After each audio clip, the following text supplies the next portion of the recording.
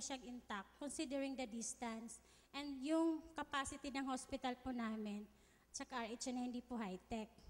Pero may RHU is aircon, yung hospital po, sabi ni Mayor na mas marami kaming patients kasi po, they feel comfortable more in the RHU than in the hospital. Kasi hindi po masyadong nangangamoy RHU yung RHU namin. Okay. Yun lang po.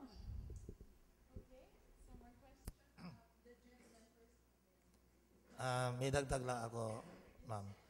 Yung hospital namin, yung visiting doctors are paid by the Interlocal Health Zone Fund namin. Yung 150,000 na contribute ng mga mayors of 3 municipalities, doon kinukuha.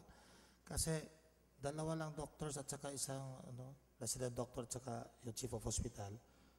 Dalawa na rin. So the governor was telling me, kung wala kayong doktor, sasara na natin yung hospital mo. So, kawawa naman yung hospital eh. Saka ito lang hospital na walang ambulance. So, hanggang ngayon. So, ako meron akong 3 sasakyan ready for all emergencies. Meron akong ambulance, meron akong L300 na Mitsubishi, which was part of the Galing Pook that we won of 100,000, and 1 Delica 4x4. So, yun lang. Good morning, everyone. I'm Brian Sudario from Comste, from the Office of Senator Angara. Thank you for the talk you've given us. As far as I'm going back to the title, Health is Power, going beyond health, ano po yung translation ng health program ninyo into the overall productivity of the municipality? Was it very instrumental dun sa pagiging third class na niya from the fourth class status? Nag-increase po ba yung productivity ng municipality? Nag-improve po ba yung literacy rates, or nag-improve po ba yung education dun sa municipality, and with all factors, with economics and everything? And then sinabi niyo po na, on the other hand, sinabi niyo na your province is a mountainous province. Have you considered telemedicine para i-employ sa mga rural health units ninyo po? Thank you. Yung telemedicine, wala pa rin sa bayan namin. At saka, talking of programs that really probably affect the municipality classification from 4th to 3rd class, actually, it's the ILG and the Department of Finance who categorize the different municipalities. But in my municipality, we're able to raise the local revenues of our own, lalo na sa water system po namin. In fact, probably in Mindoy only we have our own, we have income from our public market, we have our income from our slaughterhouse. In the first district, we're the only one who have a slaughterhouse, Class A. So we have our own water system that's earning us 2 million pesos, more or less. You know how much we are charging for our water? 30 pesos, 3 pesos per cubic meter. Very cheap. Or 30 pesos a month. And we have our own water purifier. So, yung isang galon para sa water dispenser, we're selling it at 20 pesos. So, talagang subsidized po lahat sa bayan po namin. So, it's making little income. We also promote on ecotourism. So, we have 2 tourism sites already. So, unti-unti naman bumalik yung natural resources namin. So you're saying, sir, with healthier constituents, parang yung mindset nila, since healthier sila, yung environment wherein they work upon, was very much nag-benefit since mas nakaka-work sila na mas mabuti. Definitely. Because if you have a healthy community, mas maganda yung buhay nila. They can work more. In other words, they can be more productive. Second, lesser naman sa budget on the LGUs to spend out, di ba?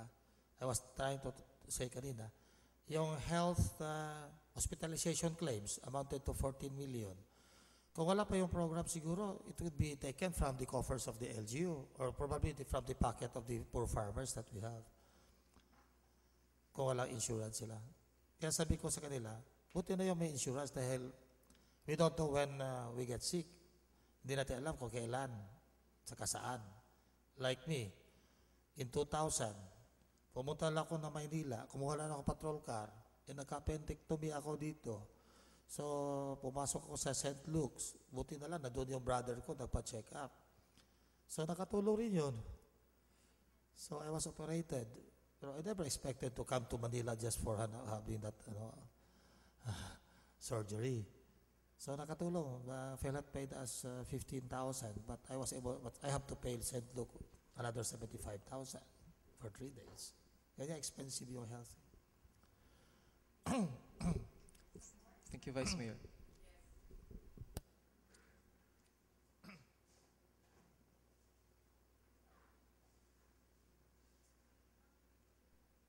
Good morning, Vice Mayor. I'm Morning. Alex Uwe from the Ateneo School of Medicine and Public Health.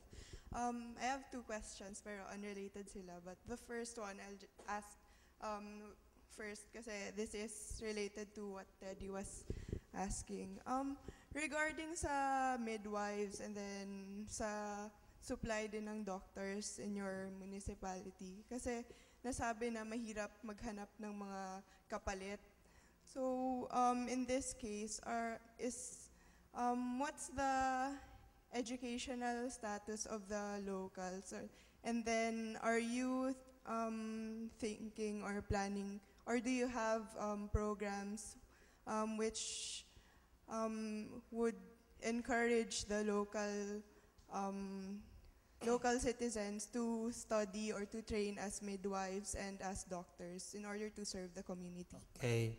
Actually, meron akong doctora is a graduate from yung Doctor to the Barrios program sa UP Leyte, sa Palo Leyte. So, actually, I was able to send 2 already, scholars also. So, tapos na po yung dalawa ng midwifery. So, tapos na rin sila sa nursing. They'll be taking their board exam this coming July. So, hopefully, one will proceed for medicine para kung mag-retire naman si doktora o baka lilipad to ng States, meron naman akong doktor reserva just in case. Alam mo, sa Negros Oriental, ang dami namin doctors na kukuha ng nursing. And some of them have left already. Kasi, ang liit na sweldo ng mga doctors natin doon. Sa totoo lang, buti kay Dr. Lea siguro compared to other doctors because I'm giving her the hazard pay, full, under the Magna Carta. At saka first class city yung rates po nila, ang basis nila. Hindi pa ba? Hapit na. So, plus the capitation fund that they will be receiving for the extra work that they have to handle because dahil ang clientele nila tumaas naman. So, she has more pay than the mayor receives. That's really true. And ang sad part lang dito, some mayors doesn't want that to happen in their municipalities. Yung mayors ayaw talaga nila magbigay ng hazard pay. Sa totoo lang, honestly, I know a lot of mayors who doesn't want. But ako nako-convince naman ako na being a doctor is not an easy profession because you have to go to school for 10 years ba yan in college. Saka the exams is not really as easy as that. Pareho rin na accountancy, pero sa accountancy 4 years lang yun. Pero during my time, 1972 ako nag-graduate, martial law yun, alam ba niyo? I was at San Beda Subdivision. 4th Street ako na mag-declare na martial law. Hindi ako makalabas for 1 week. Nakabarricade yung Mindiola Bridge. Oh, grabe yun. Grabe experience namin doon. Tilapia na lang kinakain namin.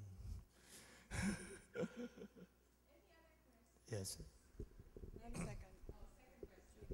So, sir, for my second question, we all know that being a mayor is a very hard task. So, and then kailangan i-satisfy mo pa yung mga gusto ng iba't ibang constituents. So, may we know kung paano po yung allocation ng budget? So, if ever for health or for agriculture, Yeah. The biggest bulk of our budget's actually on health. Nasa 14% na ba tayo, Doc? Siguro of the total budget.